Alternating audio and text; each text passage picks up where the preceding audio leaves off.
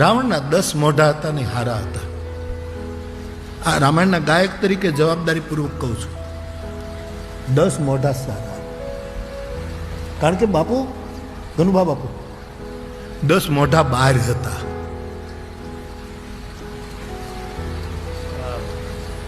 આપણા અંદર કેટલા છે કોઈને ખબર?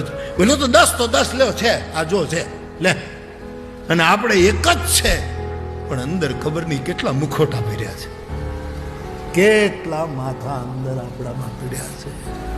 આ રાવણોને કેમ આપણે અંદરના રાવણને કેમ મારી શકીશું? ઓલા રાવણને તો રામ મારીને ગયા. મને એવું લાગે છે, અને પરમાત્મા મને હાચો કરે ન કરે તો કોઈ વાંધો નહીં, મારા ક્ષેત્રમાં હું કામ કરી લઈશ, પણ રામ ઓલા રાવણને મારી ગયા. હવે મને એમ લાગે છે કે આ અંદર જે આપણને માથા ઉગ્યા છે ને એ રાવણને તો રામ કથા જ મારી શકે.